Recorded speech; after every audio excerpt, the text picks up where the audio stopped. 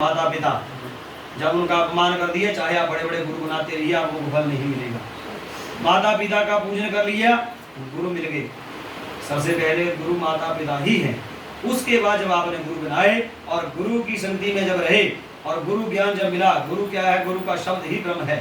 जब आपको शब्द मिल गया तब सोच लीजिए कि इस चोले को छोड़कर जाना जब है तो मोक्ष का कार्य बनकर ही जाना है। अन्यथा आप जितना मर्जी वैभव अर्जित कीजिए, आपको फिर 84 लाख में जब होकर किसी धरती पर जन्म लेना पड़ेगा। इसलिए देखिए, स्वर्ग में जब नाथ गए, वहां पर क्या देखा? वहां के जितने भी प्राणी वो सब सुखी हैं। जब पाताल लोक में गए, वहां पर भी सब सुखी हैं। लेकिन जब इस मृत्यु लोक में आए तो क्या देखा?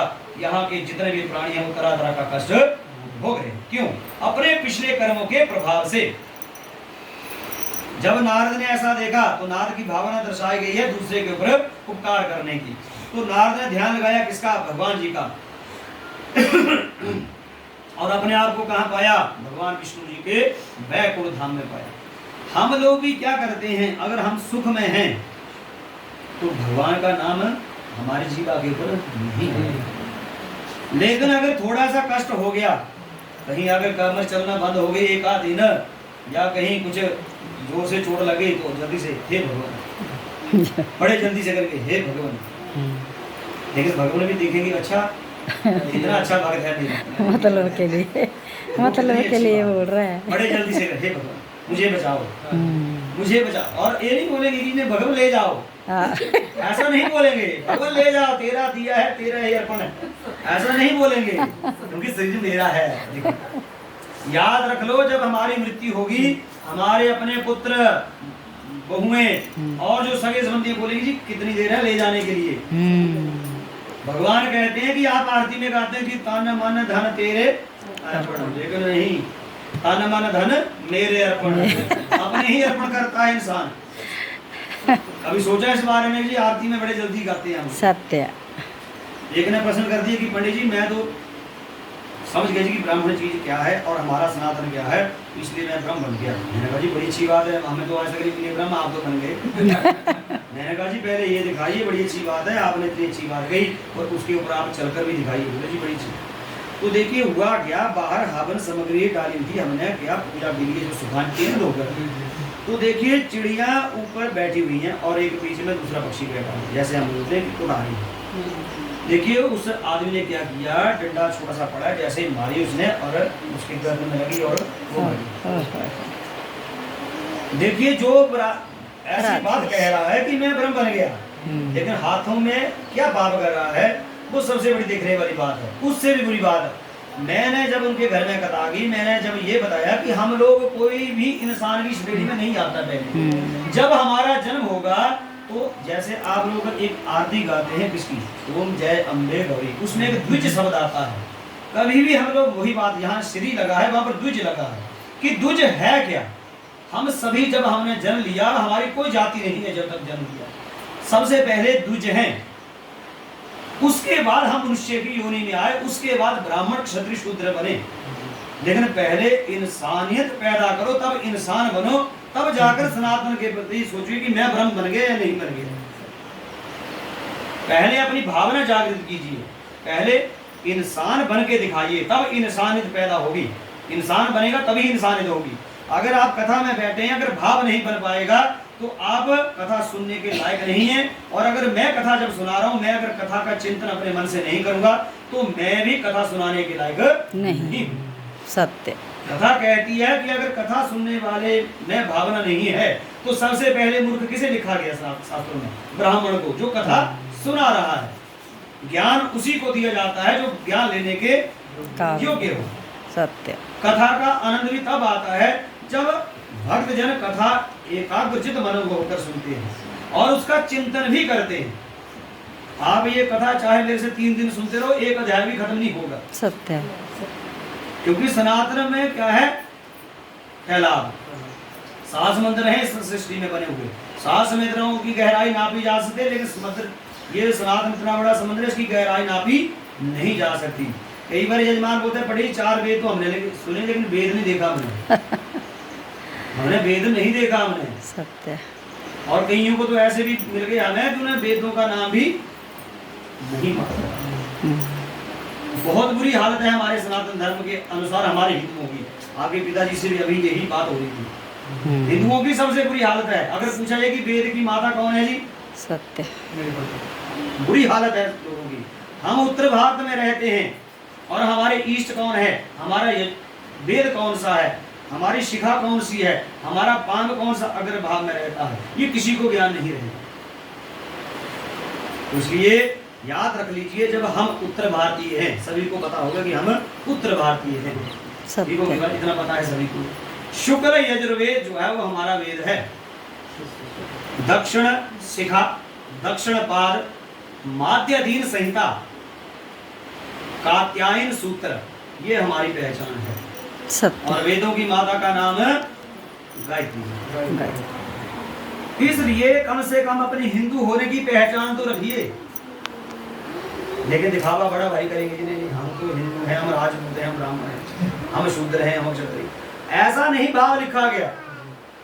कथाएं में यही चीजें सिखाई जाती है। मैंने कहा दिया कि ये सब चीजें सिर्फ किसी ने कही, कब कही, क्यों कही, इसके ऊपर आधारित है। लेकिन ज्ञान जो है वो हमारे यही है। अब बात आ गई वेद कहाँ है, हम वेद ढूंढने के लिए जाएंगे कहीं भी, कहाँ जहाँ पर संग्रहालय है पुस्तकों वहाँ जाएंगे, लेकिन वेद हमारे घर में ही छिपा है।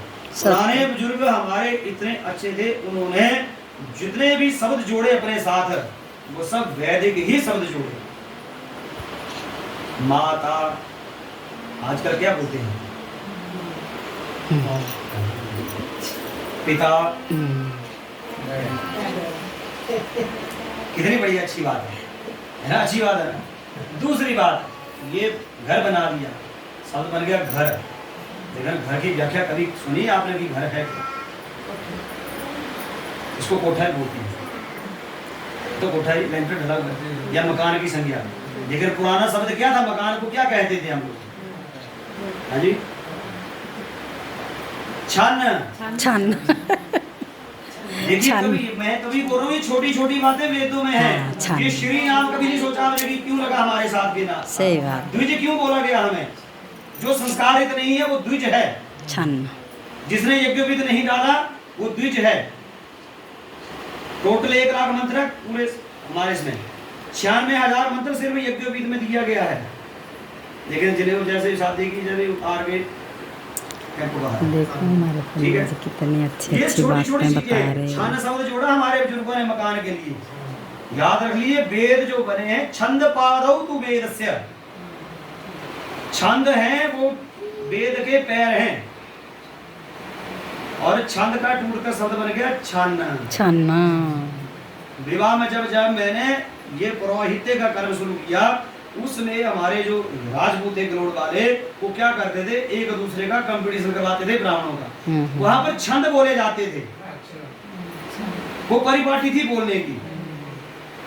हमारे गुरुओं ने या हमारे ताया जी ने हमें प्रेरित किया कि छंद बोलना सीखिए। और छंद बोले जाते थे, लेकिन छंद बोलने का तरीका होता था। और उसी का टूटा हुआ शब्द है छन्न। छन्न। तो छंद क्या है, जो हर चीज को ढक देता है। सूत्र पढ़ते हैं ना आप लोग, ये मैथमेटिक्स का सूत्र है। सूत्र क्या है, छंद। अगर छंद के द्वारा, बिना छंद जब हम मंत्र बोलेंगे, वो छंद के हिसाब से टूट जाएगा तो पता चल जाएगा नहीं जी छंद भंग हो रहा है, ये शुद्ध नहीं उच्चारण। पुनरपि मरणम जठरे अग्नि शयनम, मरेंगे जन्म लेंगे, मरेंगे जन्म लेंगे, और माता के गर्भ की तपस भोग होकर फिर इसी धरती पर जन्म लेना पड़ेगा। और उससे बड़ी विडंबना क्या है, दूसरे के उपकार करना तो छोड़ दीजिए, परहित समान कर्म ना दूजा। आप चाहे दान पुण्य यज्ञ करो ना करो, लेकिन अगर आपने उपकार करने की भावना रखी है और आप उपकार करते हो, तो सबसे बड़ा कर्म है, सबसे बड़ा धर्म है शास्त्रों में, दूसरे का हित करना। लेकिन आजकल अपना ही हित इंसान देखता है। उससे भी पूरी विडंबना क्या है, अपने दुख से दुखी नहीं रहेगा इंसान, दूसरे के सुख से ज्यादा दुखी रहेगा। जब ऐसा इंसान का हाल रहेगा तो हर घर में कोई न कोई क्लेश जो है वो बना ही रहेगा। वो तन दुखी, को धन दुखी, को धन बिना रहन उदास, थोड़े थोड़े सब दुखी, सुखी राम जी के दास। हर घर में कोई ना कोई व्यवस्था के हिसाब से दुख जो है वो मौजूद है, चाहे घर के किसी कोने में ही है, लेकिन होगा जरूर।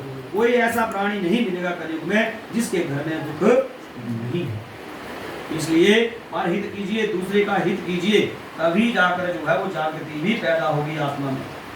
तभी भगवान की कथाओं का सुनने का आनंद भी आएगा और उनका चिंतन भी होगा। सत्य। इसलिए कह दिया परोपकार की भावना को लेकर नारद योगी जो हैं वो अनेक लोगों का भ्रमण करते हैं। अनेक लोगों में बड़े बड़े प्रसिद्ध लोग हैं, हमारा मृत्यु लोक, पाताल लोक और स्वर्ग लोक, लेकिन बड़े बड़े लोग हैं। भूलोक, भवर लोक, जल लोक, सत्य लोक, बड़े बड़े लोग हैं। लेकिन तीनों लोगों का सबसे ज्यादा वर्णन आता है। माताओं बहनों को या बुजुर्गों को कहीं पूछा जाए कि माता जी या बुजुर्ग जी अगर आपने मरना है तो उसके बाद कहाँ जाना है, तो सभी यही चाहेंगे कि मुझे या नरक मिले। अरे वो नहीं, स्वर्ग सभी जाना चाहते हैं क्योंकि सभी का यही चेष्टा है कि स्वर्ग जाना है। लेकिन पहले अपने कर्म तो देखिए कि हमने कर्म किए हैं ऐसे कि स्वर्ग जा सके। पहले कर्म ही साथ में जाएगा और बाकी कुछ नहीं जाएगा। माता बहन भाई बंधु पत्नी स्त्री पुत्र पौत्र धन वैभव सब यही का यही चला जाएगा। जब आप लोग कहीं गाड़ी में भ्रमण करते हैं या हवाई जहाज की टिकट लेते हैं तो वो गाड़ी वहीं तक पहुंचाती है जहां तक आपने पैसे दिए हैं। आपके कर्म आपको स्वर्ग में जरूर ले जाएंगे, लेकिन कितने समय के लिए? जब तक आपके अच्छे कर्मों का फल आपके साथ बना है तो आपको स्वर्ग में रहने के लिए समय मिल जाएगा, क्योंकि कर्मों का फल भोगेंगे वहां पर।